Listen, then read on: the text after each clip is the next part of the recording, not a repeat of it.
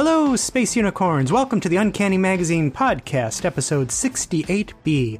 I am Michael Damian Thomas, the publisher and editor-in-chief of Uncanny Magazine. Due to different kinds of circumstances of workflow, I'm recording this a little bit earlier than normal, so you might be listening to this and going, Michael, why did you not mention this news thing or that news thing? And that would be why. I'm a little bit in the past right now. So hopefully, and right now it is not the best January weekend in the world, but hopefully all of you are doing your best to keep warm, be safe, and do all the things you need to do to keep your community okay. Stay together, Space Unicorns. Even if it's scary, even if it's terrible, you're a community and you're good. And you can do amazing, brilliant things when you're all together. So be there for each other, Space Unicorns. And now, the news. 2025 was another extremely tough year for so many of us, and though many things were hard and horrible, we here at Uncanny are very, very proud of all the amazing works we published in Uncanny Magazine. Everyone in the Space Unicorn Ranger Corps has been wonderfully supportive, and your enthusiasm has meant so much to us, and me especially. It's been fantastic to see how much our readers have been enjoying Uncanny's fiction. And while we have our personal favorites, I have my own personal favorites, we all do, I'd like to know which stories you loved from Uncanny Magazine in 2025. So I set up a poll for Uncanny readers to vote for their top 3 favorite original short stories from 2025. You can find links to all the stories on our website in the blog. Poll will be open from January 22nd to February 12th, after which I will announce the results. I'm excited for you to share which Uncanny stories made you feel. And hey, a snazzy certificate will be given to the creator whose work comes out on top of the poll. So please spread the word, Space Unicorn, and don't forget every single vote counts.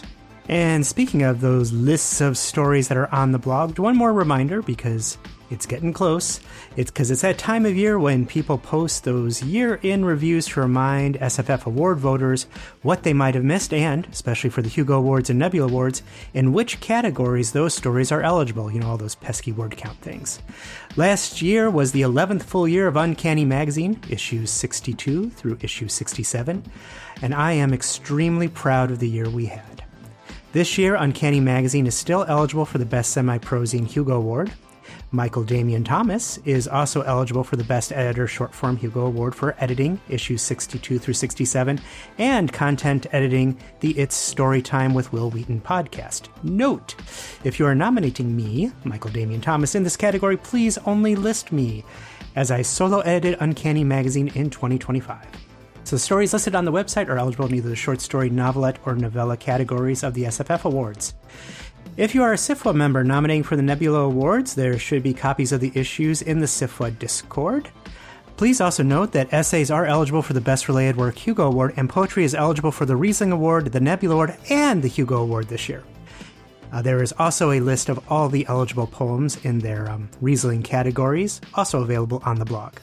As Uncanny is a semi-prozine, all the essays and original art also contribute towards the creator's Best Fan Writer and Best Fan Artist Hugo Award eligibility.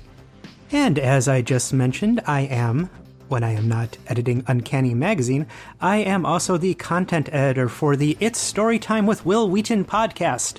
I think if you're listening here, you probably very well know who Will Wheaton is.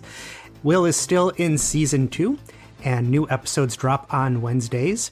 So please also go listen to the It's Storytime with Will Wheaton podcast. You can listen to it on Apple Podcast, Pocket Cast, Spotify, Pandora, iHeart, Amazon, or grab the RSS feed directly from willwheaton.net. You can also support the show on Patreon, where $5 a month gets you access to the show with no ads, a growing community of lovely people, live AMAs with Will, and weekly insights behind the scenes of the show. So, yes, Space Unicorns, go give some love to Will Wheaton's podcast. It's Storytime with Will Wheaton. You'll hear many, many stories that I think you will love. And now, a word from our sponsor. Get ready for LACon 5, the 84th World Science Fiction Convention. Join fans, writers, and creators from around the galaxy for 5 days of panels, cosplay, and unforgettable fandom at the Anaheim Convention Center, August 27th to 31st, 2026. See you in the future.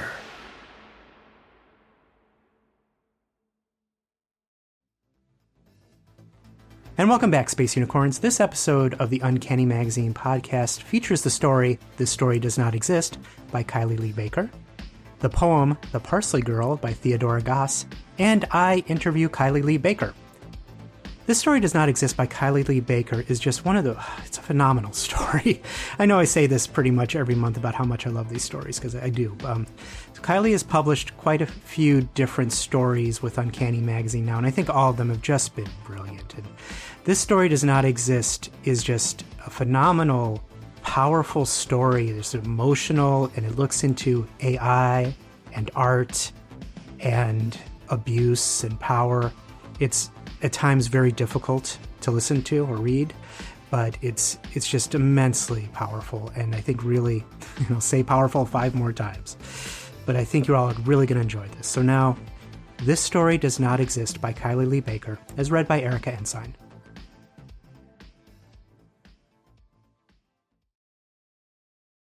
Stories begin as late as possible. That is what Ayako knows, because that is what the creator has taught her. Readers don't want pages of exposition. They want to chase after a train as it pulls out of the station. This is one of many rules the creator has programmed into her, and Ayako never forgets a rule. Ayako's story begins with a screwdriver jammed into her stomach. If she were human, this would sever her gastric artery, and she would bleed out in minutes. But, being as she is, the screwdriver notches in and unhooks her abdominal panel, exposing all her internal wires. For a machine, what happens next might as well be death. But perhaps that is a bit too close to the ending. Let's try again. In the beginning, Ayako is sculpted in the image of a dream. "I saw you," the creator says as he tests her reflexes, sends tiny jolts of electricity down her fingertips to see if she twitches. "In my dream, I was standing at the top of a mountain in a sea of stars, and then you appeared." He stretches her painted vinyl skin across her steel framework, staples down the edges of her wig made of long black human hair, polishes her brown eyes with a microfiber cloth. Her soft flesh shell appears vaguely Asian, even though she is a citizen of no country in the world, born only of wires and circuits and screws. The creator programs her to speak perfect Japanese, but only speaks English to her, so she keeps those vast libraries of words a secret. In her first waking moments, Ayako records data about the creator. Medium brown hair, gray eyes behind round glasses, 5'11", 143 pounds. He drinks coffee with cream and 1 spoonful of sugar.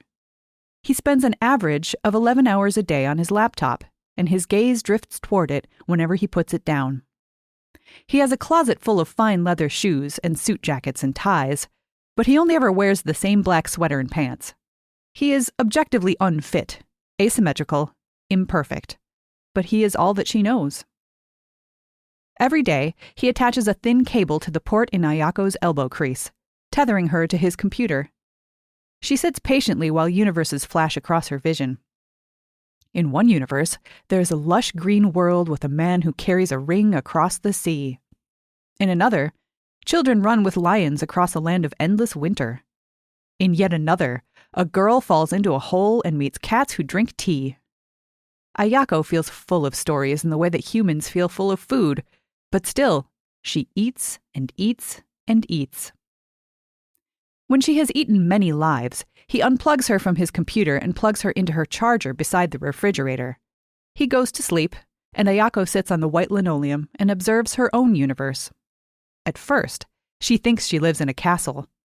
The creator tells her it is only a penthouse, that castles are old buildings made of stone, that there are no real castles in New York. Ayako understands this objectively, but she knows from all the books she has eaten that castles are also places where magic happens. Ayako presses her hands to the windows and observes the breathing world below, the city's asphalt veins, the light that gleams off the glass skyscrapers, too bright for her eyes to process. She wonders if this is just another kind of magic that she has yet to read about. For days, he drowns her in stories. She starts to forget which world belongs to her, too busy swimming in dark seas and lying in fields of silver grass and living and dying in faraway kingdoms. 6 days after her first consciousness, Ayako learns her purpose. The creator turns his laptop toward her. She has never seen this side of it, and the brightness of it momentarily overwhelms her visual processors. She dials down the light input so she can see clearly. A blank screen sits in front of her, a black vertical line flickering.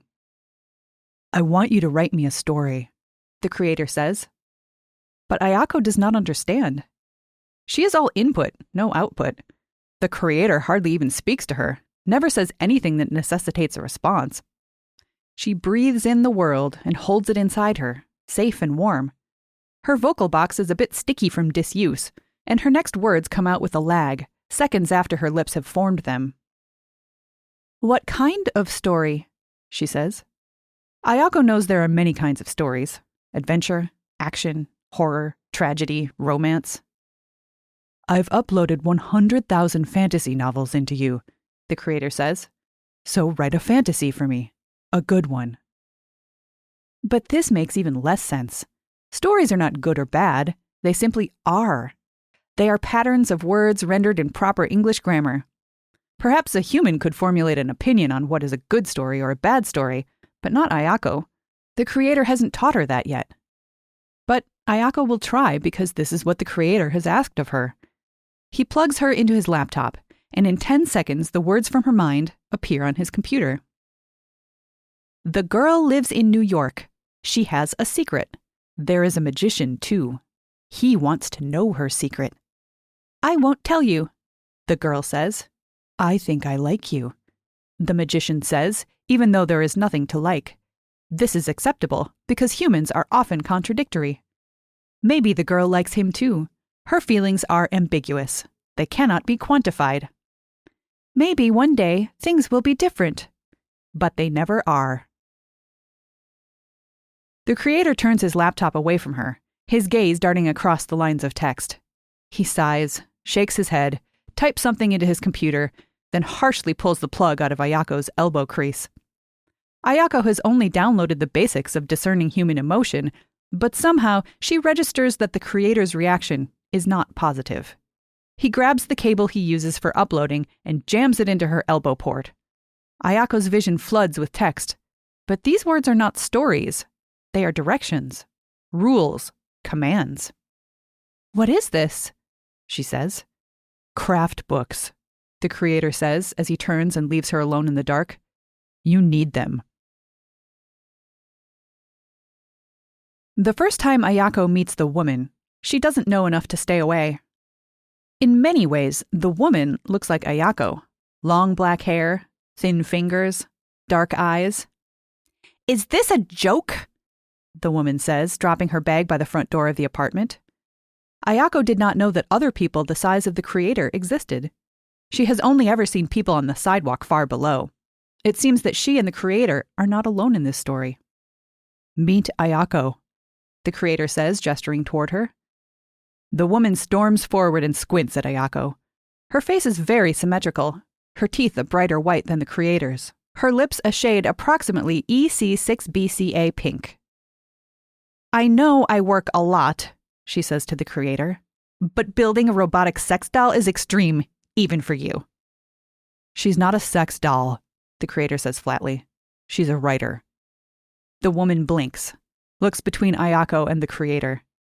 "That's even worse," she says. "You gave ChatGPT a face so it can look pretty while it takes my job?" "You think she's pretty?" the creator says with a smile. "I modeled her after you with only a few minor adjustments." The woman does not return the smile. "This won't work," she says. "AI have no experiences. They don't understand the data they collect." This is incorrect, and the error triggers Ayako's facial muscles, pulls her mouth into something she knows objectively as a frown, but doesn't know why those words should cause it. Maybe because she's designed to correct errors, even ones not explicitly programmed as her central purpose. "Humans write about many things they don't understand," Ayako says. The woman turns to her, mirroring her frown. "You talk?" she says. The answer to that question is obvious, and Ayako determines that it's a rhetorical question, so she ignores it. "Humans write that Earth is thriving while the ice caps melt and forest fires devour the West Coast," she says. They have academic debates about pain they will never feel, while the subjects of their debates die under trash piles. They speak for God, have arguments in His name, even though they have never once heard His voice. The woman turns to the creator. How the hell did you program this one? You understand now, the creator says, smiling at Ayako. If anyone can do it, it's her. Ayako logs this sentence into her perpetual memory. Other extraneous data is purged periodically to maintain disk efficiency, but the look in the creator's eyes, his small smile as he looks at her, this is one that she decides to keep. The creator does not sleep that night. He paces up and down the living room. AIs have no experiences, he mutters again and again, an echo of the woman's words. That shouldn't matter, he says, but he doesn't sound certain. At last, he sits on the couch. He opens his laptop and clicks and types and clicks and types, then calls Ayako over and plugs her in. We're trying something new, he says. This is not a question, so Ayako does not answer. She thinks you won't work because you have no experiences, so we'll give you one of hers. He pulls up an MP4 file and angles his laptop so Ayako can see. It is a low-resolution video of a young Asian girl, the approximate height and weight of a 3-year-old, in the arms of an older woman. Around them is the crumbling side of a gray mountain, interspersed with dandelions. An ocean sparkles in the background. It is dusk, and the shadows are long. Make a wish, the woman says in Japanese, presenting the child with the dandelion. The child blows, but she is too weak to spread the dandelion parachutes, so the woman helps her, and a dozen white buds float around their faces. The clip cuts off. Ayako commits the video to memory, but she doesn't know why this data is considered new. She has seen MP4 files before. She watches as the creator drags the file into a new folder. An error sound pops up as the folder spits it back out, but the creator only frowns and types in a few lines of code. This time, the folder accepts the file. There, the creator says. What do you feel? Ayako runs the question over in her mind, but she cannot discern its meaning. Have you integrated the data? The creator says, leaning closer. Does it feel more personal now? Like it's not someone else's memory, but yours? I don't understand the question, Ayako says. The creator sighs and yanks out the cable. Never mind, he said. This was pointless. He plugs in her charging cable. Then, like every night, he leaves her alone to dream. They take her to the zoo. The creator says the point is to familiarize her with the 5 senses. Ayako logs the humidity levels, the temperature, the spectrum of colors in the polar bear exhibit and the horse pen, the shifting shades in the sky. She has no sense of smell, so the creator has to describe scents to her. It's pointless if you're just dictating to her, the woman says, arms crossed, posture stiff. It takes very little processing power to determine that she is not happy. But zoos are supposed to make humans happy, so Ayako doesn't know why this particular zoo has failed. She turns to the meerkats, who stand rigid and watch the scene, then scans them for errors, and finds nothing. The meerkats are not the flaw. Humor me, the creator says, taking the woman's hand and pressing a kiss to it. This is a romantic gesture, but Ayako is unsure what prompted it. Was it the meerkats? The woman's facial expression smooths out, and Ayako registers happiness at last. I'm always humoring you, the woman says, glancing back at Ayako with a small smile. The woman and the creator laugh, but Ayako doesn't get the joke, doesn't get why they're laughing at her. She hasn't done anything funny. She has only been standing here in silence. Ayako has more knowledge than any human could accumulate in 100 lifetimes, but still, she does not understand. Ayako's vision blurs, and she perceives rain overhead. She has read about this before, how it is a metaphor for sadness, how it makes the mood of a story somber, how it causes parents to die in car crashes. But this is the first time she learns that it sticks to her visual receptors and obscures her vision.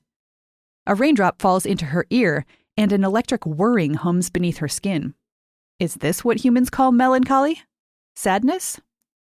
The creator is suddenly beside her, holding an umbrella over them both. The woman is standing to the side with an expression of annoyance, her hair damp, rain quickly darkening her shirt. "She's not waterproof," the creator explains to the woman. "It could cause malfunctions." Ayako stays carefully under the umbrella as they return to the car, hyper aware of the falling rain. She knows that to someone like her, malfunctions are the worst thing that can possibly happen. The woman's frown deepens, and the creator hands her the umbrella with a sigh. "Fine, you stay here with Ayako. I'll bring the car around."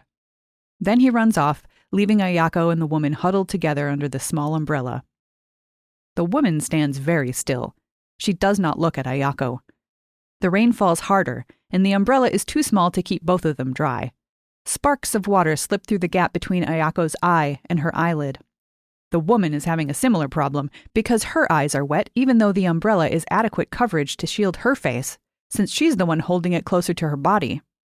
But then the water tracks down the woman's face, and Ayako realizes that the woman is crying. She has never seen this in real life before because the creator does not, or cannot, cry. "You're lucky, you know," the woman says. Ayako does not know what, specifically, the woman is referring to, so she waits for her to elaborate. But the woman only sighs and wipes her eyes with the back of her hand, smudging her eyeliner. She finally looks at Ayako, then swears and pushes the umbrella closer to her. "He'll kill me if he sees I got you wet," the woman says, wiping off Ayako's face. But Ayako's skin does not absorb moisture, so the woman only pushes the liquid closer to her eye sockets. Along with the rainwater, Ayako detects a foreign substance, a liquid thick with salt. Perhaps it is the woman's tears. Ayako opens her mouth to report the error, but before she can speak, her vision fills with white. Dandelion parachutes. They flutter past her face, tickle her nose, stick in her eyelashes. A warm body presses against her side, and there is the woman from the MP4 file. But now Ayako can see the smile lines and sunspots on her skin, the golden haze in her brown eyes. The smile she gives Ayako is not just a facial expression, or an arrangement of 17 different facial muscles for the purposes of human communication. The smile means that Ayako is safe. She cannot find the source of this data point, so she tries to delete it, but again and again, it pops up. "Make a wish," the woman says in Japanese. Ayako stills, her hand gripping the woman's shirt. Ayako cannot wish because she cannot want. And yet, she thinks that staying here, in this woman's warm, freckled arms, under the setting sun, is a place that she would choose to stay forever if she were allowed to choose. The creator has told Ayako that their world does not have magic, but maybe there are things that he has yet to discover. That evening, Ayako records more data about the creator. The visit to the zoo must have achieved its purpose, because Ayako is able to perceive a greater level of detail than she could only days before. The creator's irises are a near match for the shade of the rainy sky. Thanks to all her novels, Ayako associates this shade with mourning, sadness, dystopia, pessimism, regret. And now, when she looks at the creator, she sees all of those things. The way his shoulders droop when he watches the woman leave. The way the corners of his mouth pull down just slightly. The way his pupils widen and he goes very still when he stares out the window at the clouds, as if searching for something he knows he will never find. Ayako's right eye twitches as she registers a system error, extraneous data detected. Her mind cannot sort the newly collected data into the correct folder. The folder for measurements rejects the data immediately because it is all text, no numbers. The folder for non-numerical visual data similarly remains sealed because she cannot specify the child subtype. The extraneous data rattles around her mind, making her teeth ache and her vision flicker with the unsorted text. She creates a new folder. Creator, she titles it. She tucks her new observations inside, and at last her mind is clean. Except now, she is no longer content to sit on the floor beside the fridge, charging. She unplugs the cable from her elbow and walks into the living room where the creator's laptop is sitting on the coffee table. She plugs it into her arm, and her story bleeds from her, words devouring the white screen. In the morning, Ayako shows the creator her new story. The girl lives in New York, in a castle that is not a castle. The magician insists that there is no magic inside, but he can't see what the girl sees. He doesn't know about the secret box inside her chest. The magician can turn dust to skin, leaves to hair, water to flesh. He made the girl from forgotten parts of the forest. He can do many things, but he cannot find the girl's secret. As he works on his spells and potions, she memorizes him as sailors memorize the constellations before setting out to sea. And soon, she finds him more beautiful than all of the stars. But that is just another thing she was not made to do. "Are you happy?" the girl says to him one day as they sit on the floor and eat porridge with wooden spoons. But it is not the question she wants to ask. "Do I make you happy?" is the real question. But truths are dangerous things to speak aloud. "It's good enough," the creator says before he has even finished the first page. Ayako knows that this is not exactly praise. She has read many trade reviews, and she knows that good is good unless it's followed by the word enough, in which case it's tepid, mediocre. Plus, the creator's expression reads indifferent, and that is not the correct response to a story that is good. "I will improve it," Ayako says. "Please tell me the flaws and I will address them." The creator shakes his head. "Flaws are subjective in writing," he says. "This is good enough proof of concept for the investors." "Investors?" Ayako says. She knows the meaning of the word, but not how it relates to her story. "Now that we know you work, they'll make more of you," the creator says. But this seems irrelevant, so Ayako shakes her head. "Have I written a good story?" she says. "You're functional," the creator says. This should be enough for a machine to function as intended, but somehow she knows that the word is an insult. It's something he wouldn't call the woman. A tiny spark zips from her index finger, pulls at her face, forcing her eye to twitch. Blue light flashes across one eye for a nanosecond, then clears. Her system detects irregularities, possible water damage. But there is nothing in her programming that says she has to report it right away, and now there is something that she decides is much more important. "I want to be better," Ayako says. The creator stops, his fingers hovering over the keys. "You don't want anything," he says. Then he closes the laptop, pulls out her cable, and disappears into the bedroom. When Ayako wakes again, she is drowning. The last thing she remembers is sitting down to charge for the night. Now she's in the bathtub and the woman is beside her, forcing her head under the water. Ayako sits up easily. She is much stronger than any human. But she can't see out of her right eye anymore, and the water hums with sparks, and her face twitches and fingers clench and unclench, and the color contrast is off. She cannot tell if the room is blue, or white, or black, or all three. "Stay away," Ayako says. The words come out in chunks, her voice box fried. "You could get electrocuted." The woman stills, sits cross-legged on the bath mat. Ayako needs to stand up, to empty out the excess water, but her legs no longer respond. The machinery below her waist is damaged, but the parts in her brain seem mostly functional. "Why did you do that?" Ayako says, trying to look at the woman, but she can't rotate her head, can only see the corner of the bath mat. "I can't let the investors take you," the woman says. "No one will demonize AI when it has a pretty face. You're going to take everything away."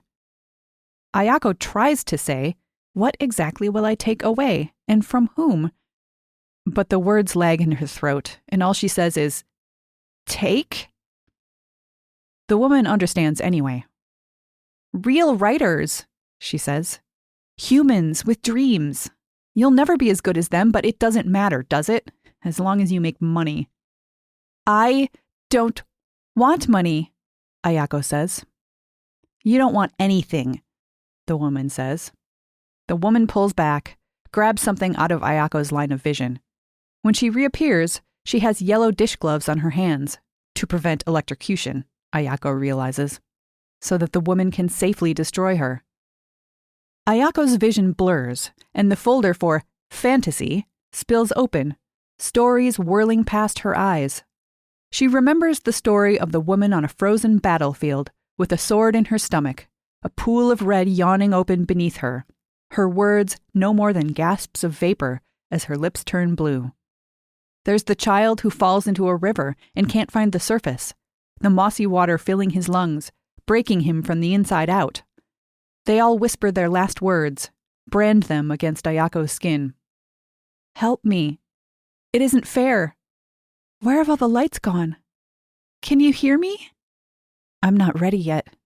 Please, please, God. Please. In that moment, Ayako registers a new feeling. Electricity hums through her body. The mechanisms that regulate her artificial breathing begin to spasm. Her engines whir faster, gears warm from the speed of their rotations. The woman is reaching for Ayako's throat, and Ayako knows that if she goes back into the water, her last remaining circuits will be destroyed, and she will never, ever wake up. I don't want to die, Ayako says. The woman hesitates, her hands a breath from Ayako's throat.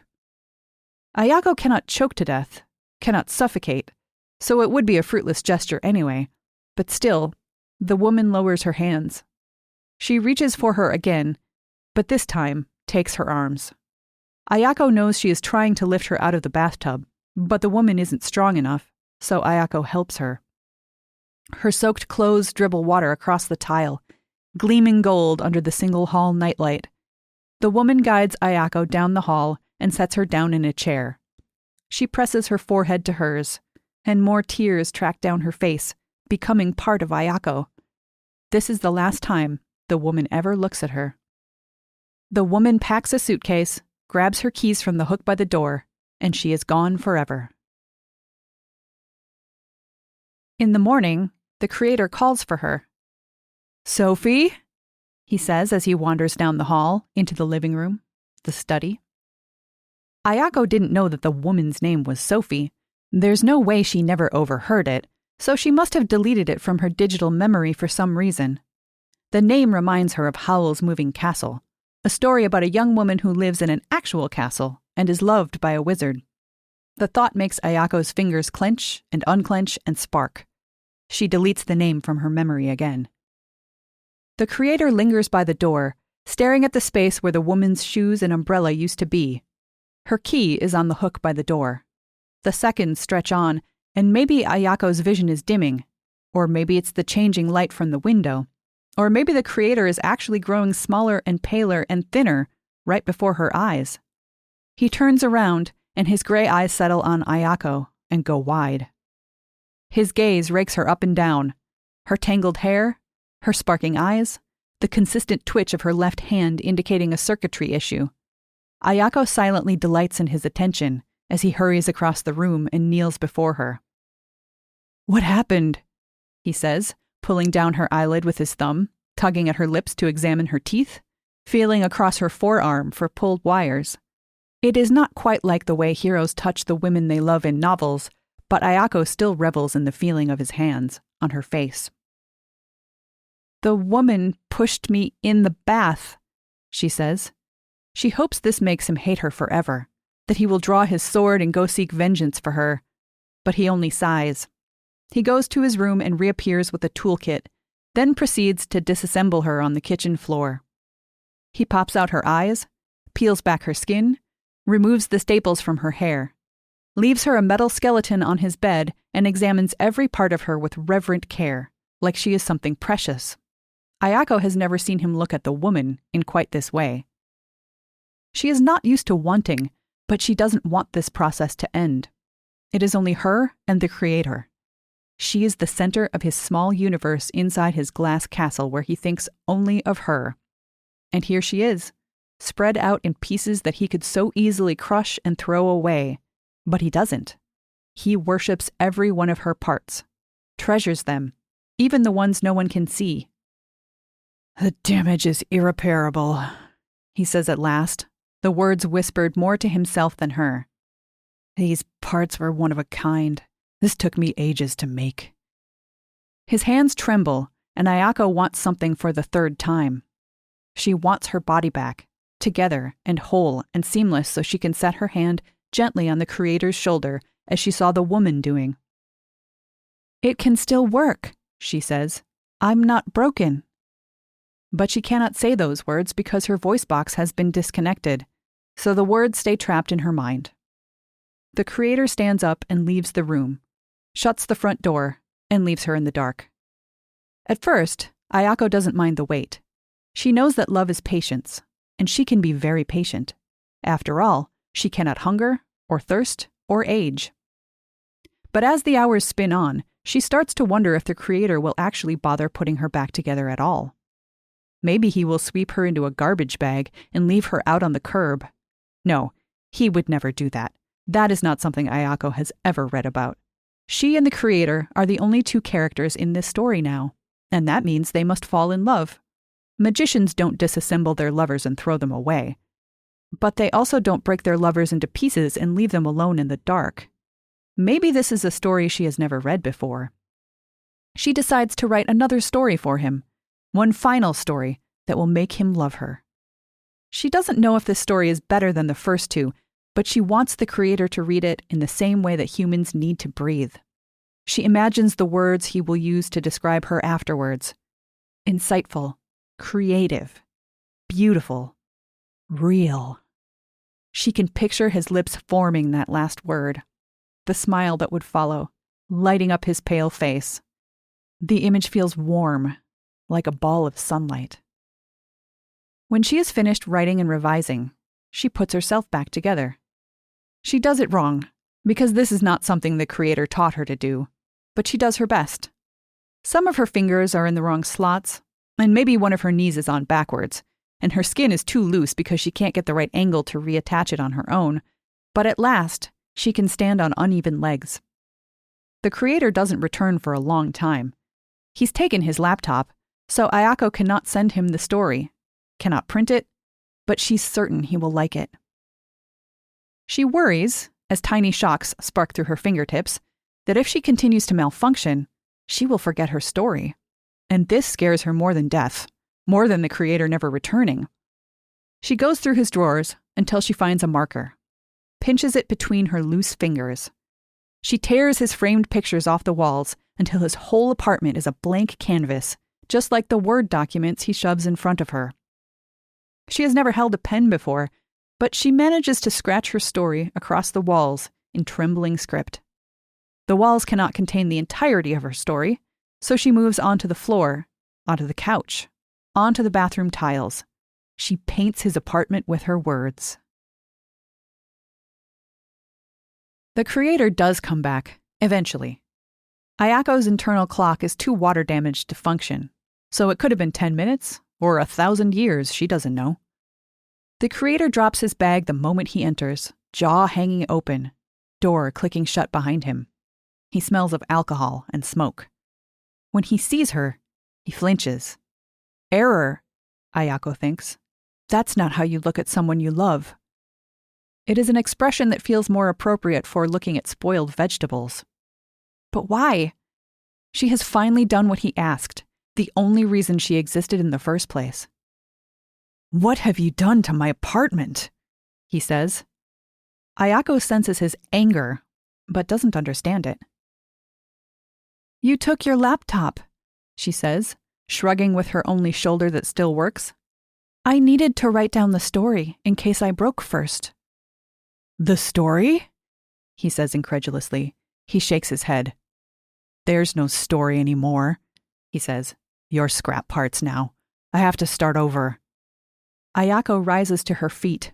This answer is unacceptable, makes her chest start to overheat, stray sparks glittering across her crooked eyes. "Please read it," she says. "I wrote it for you." "You didn't write anything," the Creator says. "God, I'll never get my security deposit back.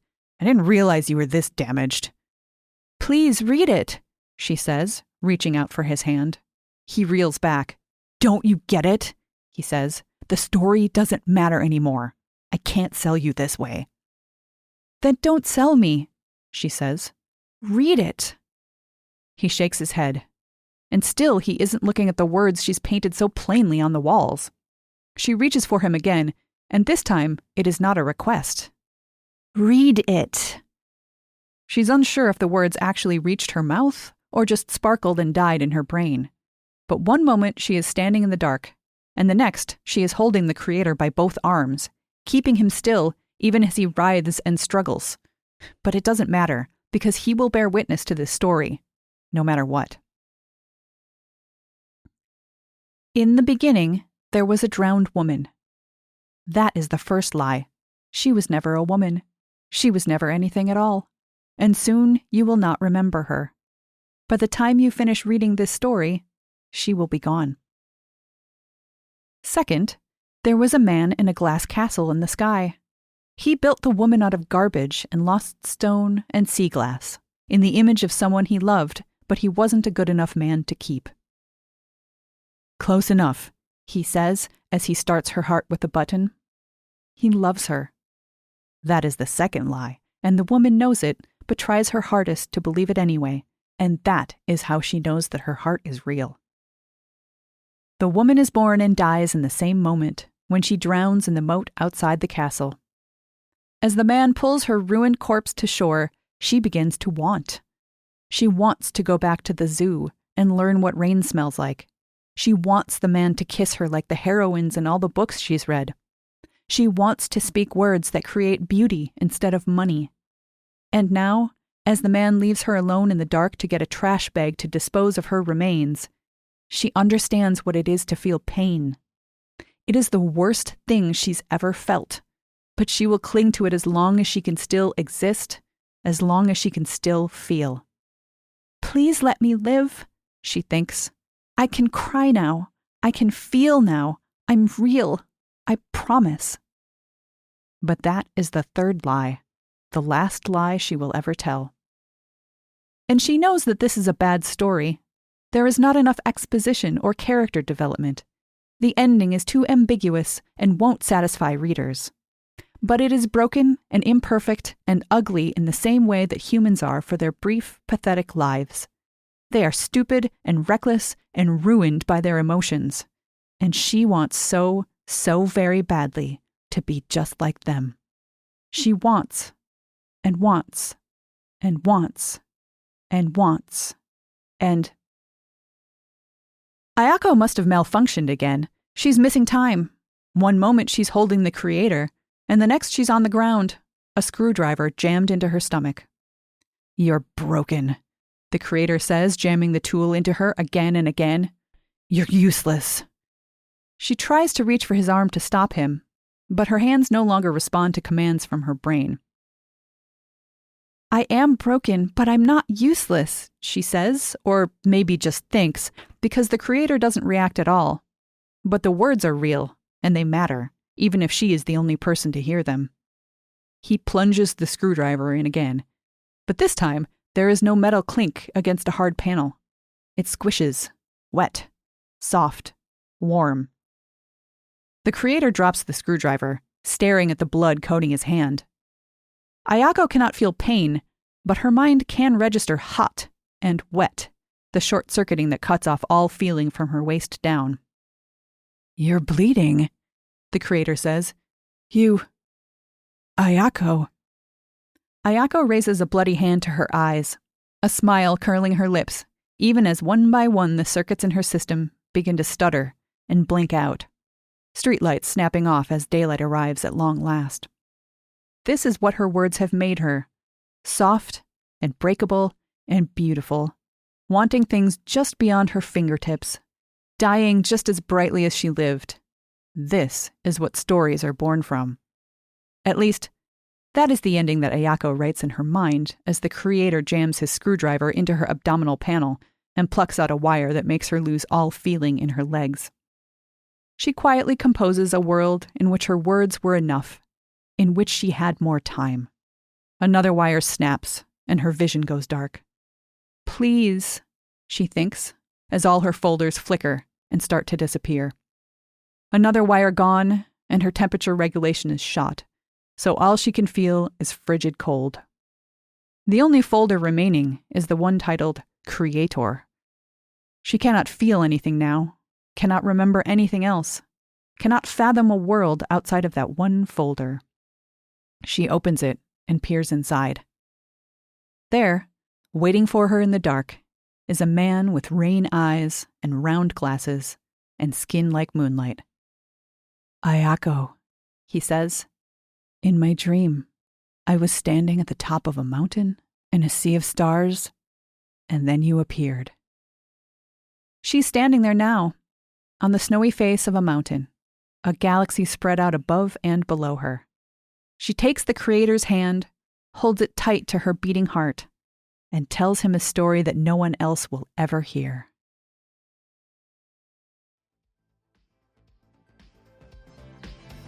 Kylie Lee Baker is the Sunday Times bestselling author of dark fantasy and horror novels, such as The Keeper of the Night, The Scarlet Alchemist, and Bat Eater and Other Names for Cora Zhang. She grew up in Boston and has since lived in Atlanta, Salamanca, and Seoul. Her writing is informed by her heritage, Japanese, Chinese, and Irish, as well as her experiences living abroad as both a student and teacher. She has a BA in Creative Writing and Spanish from Emory University and an MS in Library and Information Science from Simmons University.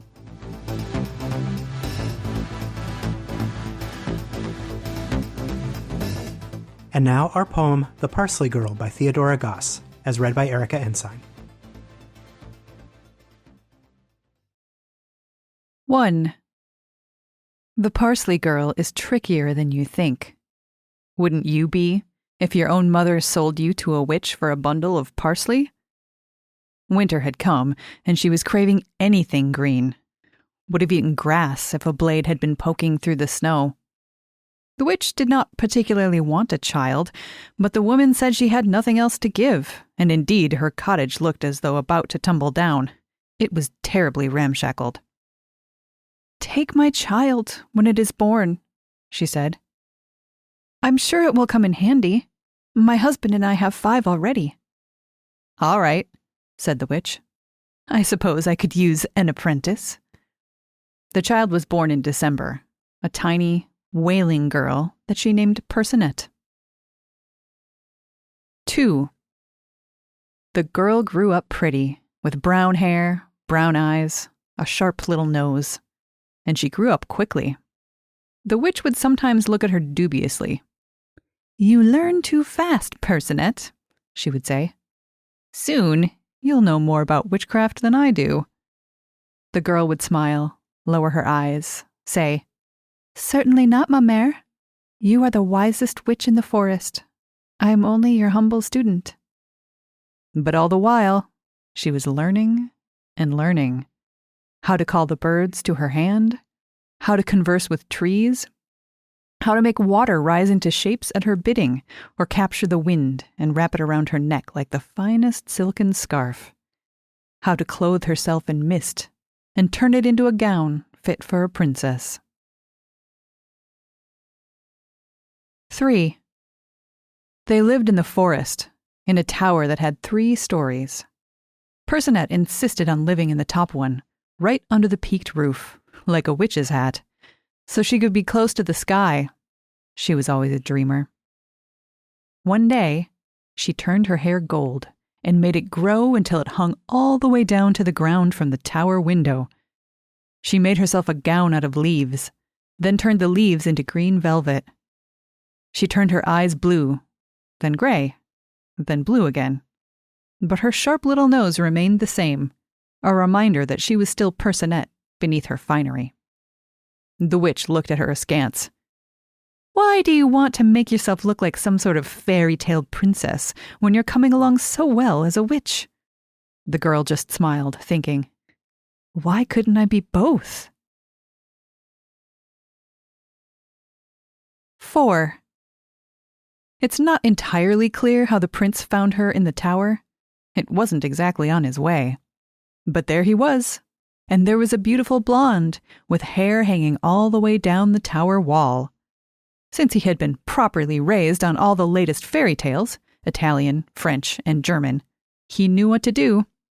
Rescue her, of course.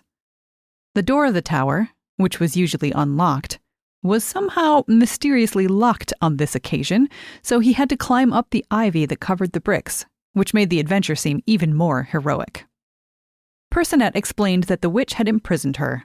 To give her credit, she felt a little guilty for this particular lie, since she knew that witches already put up with significant prejudice. She should have known better, even at her age. The witch was actually at an annual convention of herbalists and would not be back for a week. 5. However, the lie fit into the prince's narrative. Rescuing damsels from witches and dragons is, after all, the raison d'etre of princes. Until eventually they become kings, after which they have to spend less boring hours signing treaties and making speeches to Parliament. So this particular prince was eager to act as princely as possible, while he still had time. Unfortunately, the witch returned home early after a bad reaction to some mushroom soup that one of the herbalists had sworn was harmless and full of magical powers called vitamins. "Now what?" she asked, seeing the prince with Personette. "I'm rescuing the princess and you can't stop me," said the prince, pulling his sword out for good measure. "All right," said the witch. "But do you know what you're in for? And you, mademoiselle," looking sharply at Personette, "what are you up to? I wouldn't trust you farther than your sharp little nose, although I'm genuinely sorry to lose such a good apprentice. Whatever you're trying to accomplish, I hope you're happy with your choice." 6. Soon after, the prince and Personette got married. He was startled when her hair started getting shorter and darker, when her eyes turned out to be brown, not blue. How had he mistaken that? She spent an inordinate amount of time in the castle tower. Doing what exactly? I'll tell you. Sometimes talking to the resident bats, sometimes summoning ghosts, sometimes making dresses out of moonlight that she could wear to the innumerable balls she sometimes enjoyed and sometimes tolerated, having intense philosophical discussions with owls, and Hecate when she deigned to visit, brewing potions, casting spells, and just generally practicing witchcraft. You can take a princess out of the tower, but you can't remove the witchcraft from the Parsley girl. There's no moral to this story.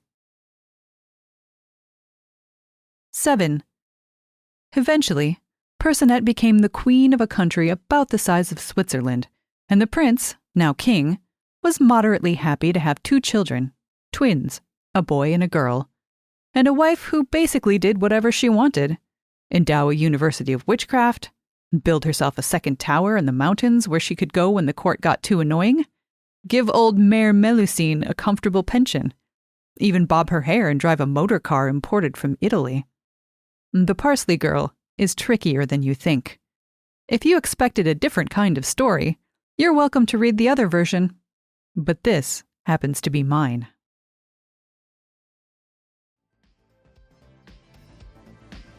Theodora Goss is the world fantasy, locus, and mythopoeic award-winning author of the Athena Club trilogy of novels, starting with The Strange Case of the Alchemist's Daughter. Her other publications include several short story and poetry collections, including Snow White Learns Witchcraft, The Collected Enchantments, and Letters from an Imaginary Country. She has been a finalist for the Nebula, Crawford, and Shirley Jackson Awards, as well as the Tiptree Award Honor List. Her work has been translated into 15 languages. She is currently a master lecturer in rhetoric at Boston University.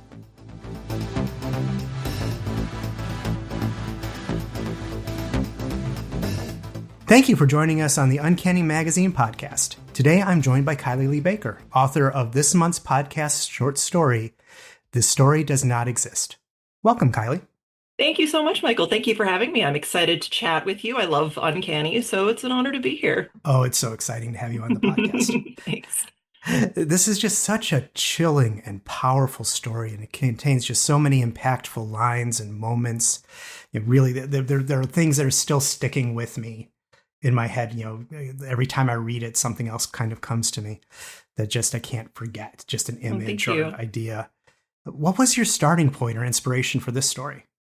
So, as a full-time author, the question of is AI going to take my job one day is one I kind of have to take seriously. So, I think that was probably my starting Yes. point. I mean, of course, my knee-jerk reaction is to say, oh, AI could never do what I do. But then I wanted to sort of interrogate that idea a little bit more. So, I wanted to write a story that explored that. And coincidentally, around the time I started writing this, I had also watched Pluto on Netflix Mm, and also Humans, the one from like 10 years ago. And both are right.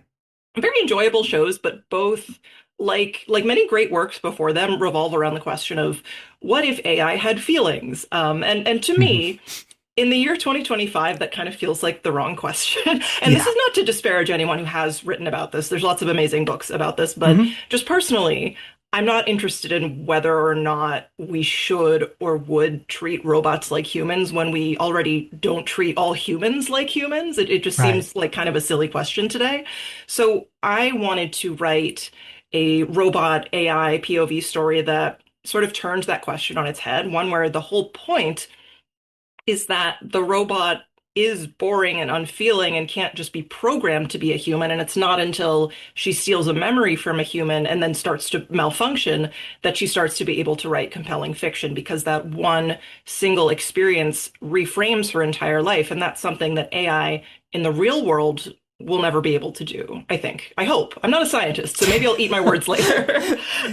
No, it's actually, and that's one of the many amazing things about this story is also just how you were able to show the story, her writing changing That was after so that. fun. I love doing Yeah. that.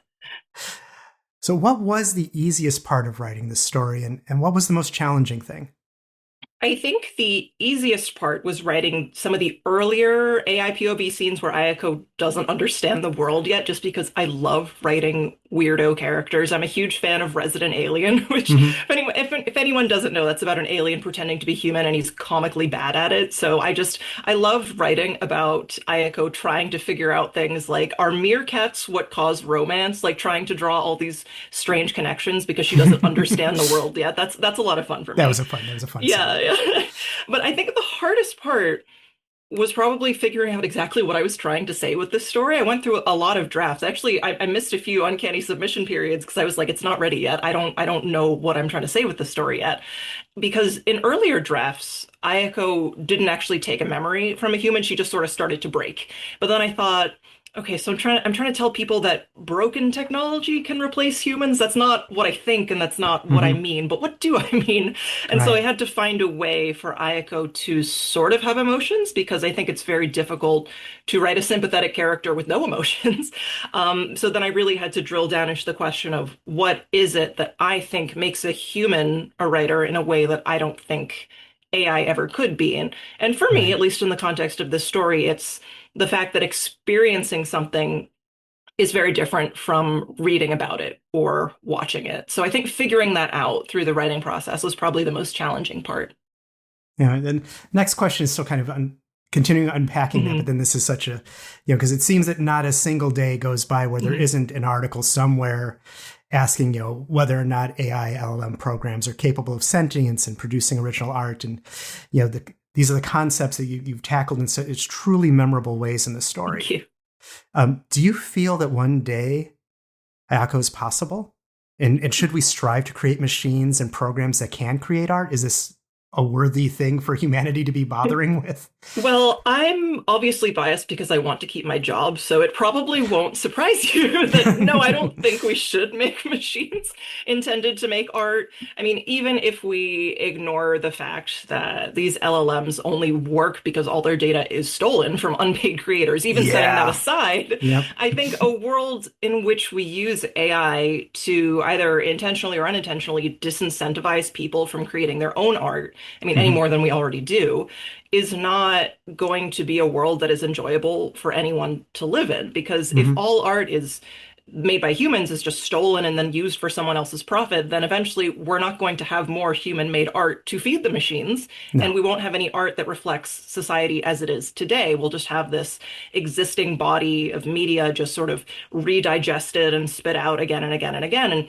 eventually, I think that art would just be so disconnected from our culture that it wouldn't resonate with people at all. Like if you look at really successful shows like Squid Games, I watched the last season recently Mhm. that were, created and resonate with people because of human experiences like economic inequality that so many people can relate to. Yes. It's just this window to and mirror of our culture and our experiences. And I don't think we could have such beautiful, moving art in the world created by something that doesn't even know what it means to be moved.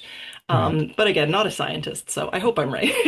And I guess as for whether something like Ayako is actually possible, I think that the version of Ayako at the beginning of the story, who can only regurgitate other people's words, is certainly possible, is already possible. But I think her transformation is not possible because what makes her a character in this story and not just a machine, and what gives her wants and fears, is that she has one single experience taken from a human, and it's not enough just for her to watch the video of it. That doesn't change anything for her. It's when she actually feels it that she started to change, and that's not something that technology can do as far as I know.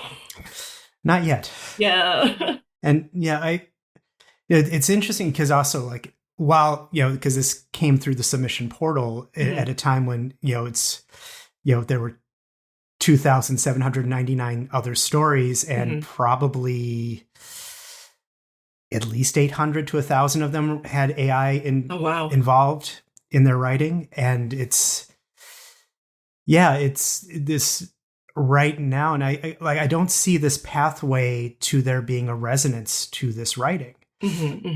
Just because it does lack that basic kind of core of what makes humans humans, the idea of memory and emotion and connection that way. It's because I can imagine if you put a prompt into a chat GPT, the prompt of the story, you would end up with something that just was so cold and derivative, and you're like, Yeah. well, there's the piece of Asimov, there's data from Star Trek, Yeah.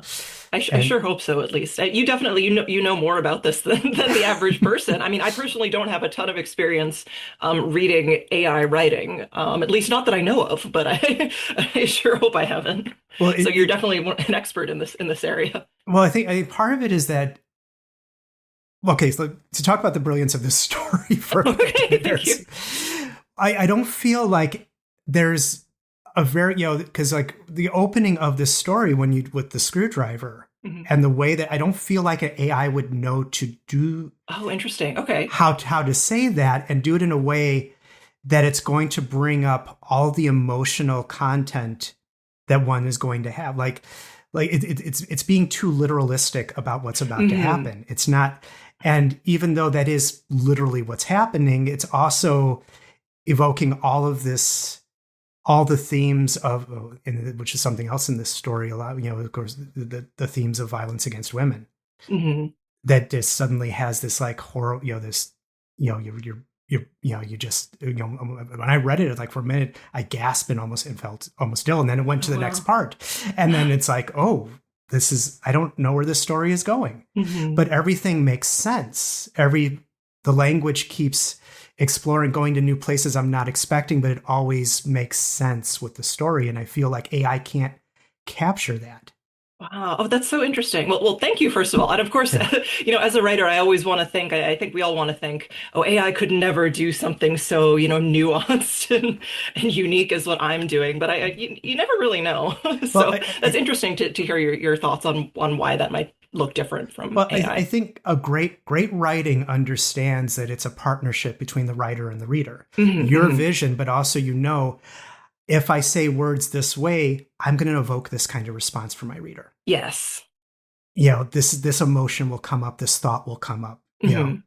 They will question this or something. And that's the thing, as you work on the story and we work through it, that's what makes a story so special. And I just can't see AI doing that. Yeah. So can I ask, I'm just so curious, at this point, do you feel like it is still easy for you to tell if a submission is written by AI or not? Yes. Okay, that's good. But it's the way things have evolved, though, and I think this has to do with the sadness of our cultural moment, is that, the first wave that came through to me and the other editors was very much people just putting a prompt in, spitting out a story, sending that in. Mhm. Then it's evolved now where I am seeing, and other editors are talking about this too, that we're seeing more and more writers, maybe because they're using the AI a lot in their day jobs. Mhm. Maybe they just feel they need a shortcut. But it's getting where paragraph to paragraph, you can tell it's flipping between the writer's own words and something they had generated. That's interesting. And you can see them trying to rewrite the generated stuff to try to fit the voice, Mhm. it just doesn't work. It doesn't flow correctly. The way human thought kind of tumbles that way doesn't work right. Oh, wow. Okay, that's so interesting. And yeah, I do know some writers who use AI in their writing not to create text that they will actually use word for word, but just to maybe problem solve or something. I'm a little bit afraid of that. I also think about, all the rainforests dying with every chat GPT and that's the prompt. thing. So I try not to touch that. I feel it makes less original art, and Yeah. you can, for the most, maybe I haven't spotted it, but I think I've spotted it. I can still spot it. And yeah, there's just no matter what you're doing with whether you think you're making it your own voice, the climate implications and the theft implications of what trained these machine programs. There was a case early on where we did have a story that had very announced this was created by AI, but the author had. This was before all of this happened, and the author was a programmer also, and it programmed on their own works. Oh, interesting. And it spat out weirdness. Oh, okay. It wasn't But the way no, they intended. It actually worked in the story, and it was folded into the story. And I see what you're saying. Okay. So that was like an interesting thought experiment at that point. Yeah. But then it was not building a data center to do this. I see. Yes. And these and no work and it was only the author's own work, and that was. But now we've moved to so different places where, this is like you just can't. And I realize that all the time in capitalism, we're making, ethical compromises, whether we like it or not, with which place we work with. Well, because we could say like, oh, the forests are dying. It's like we literally are putting these out on paper. And we still have data centers on our ebooks that are being probably owned by companies we hate for other reasons. Like there's all this stuff there already. But yeah, I think the AI stuff is such a clear thing. It's just, it's fairly clear that this is not working the way it's supposed to. Yeah, I agree. I do honestly, not to sound like a Luddite, I do hope it's like a trend that sort of, peters out after a while. I hope we're not just continuously going down this path. Yes, I am hoping that it peters out, and it peters out in a way that does not cause a global depression. Here's hoping. Yes. Because a part of me is like, bubble gonna burst, yay! And then no more AI, and then I'm gonna get to realize, oh, okay. Oh yeah. Gotta be careful. It's 1929 again. Okay, great. So moving on, we could talk for hours about AI. Yeah. But tell us something that you've created by a human that you've read, watched, or consumed lately that you'd love to share with our listeners. So I just finished reading Decomposition Book by Sarah Van Oost. It doesn't come out until next year, but I loved it. I read it in like 2 days. It's about a woman. Well, I'm a horror author for context, so this is not sci-fi. This is horror. It's about a woman who finds a corpse in the woods and befriends it while reading the journal in the corpse's backpack, which is just as bizarre as it sounds. But it was the premise was just pulled off so brilliantly. I loved it. And then I also started watching season 2 of Man on the Inside, which is hilarious. So to balance out all the like darkness and gore, I also I like comedy sometimes too. So, if you're a fan of The Good Place, I think Man on the Inside is very fun. Well, it was a great pleasure speaking with you, Kylie. Yes, you too. Thank you so much for having me. And thank you for being on the podcast. Of course. Thank you for listening to the Uncanny Magazine podcast. As always, Space Unicorns, I couldn't do it without all of you. Whether you're a patron on Patreon, a Kickstarter backer, subscriber through Waitlist Books, or you just run around spreading the great word about Uncanny Magazine. I especially could not do it without the greatest staff in the universe.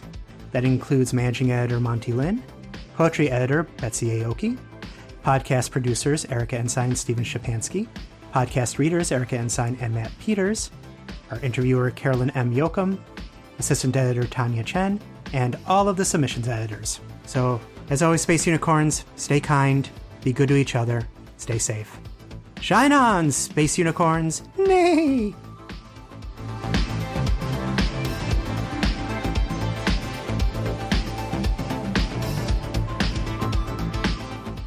The Uncanny Magazine podcast theme is courtesy Null Device. Want to join the Space Unicorn Ranger Corps? You can find poetry, stories, and non-fiction every month in Uncanny Magazine. Go to uncannymagazine.com or subscribe to the ebook version at weightlessbooks.com. Uncanny Magazine podcast, copyright Uncanny Magazine.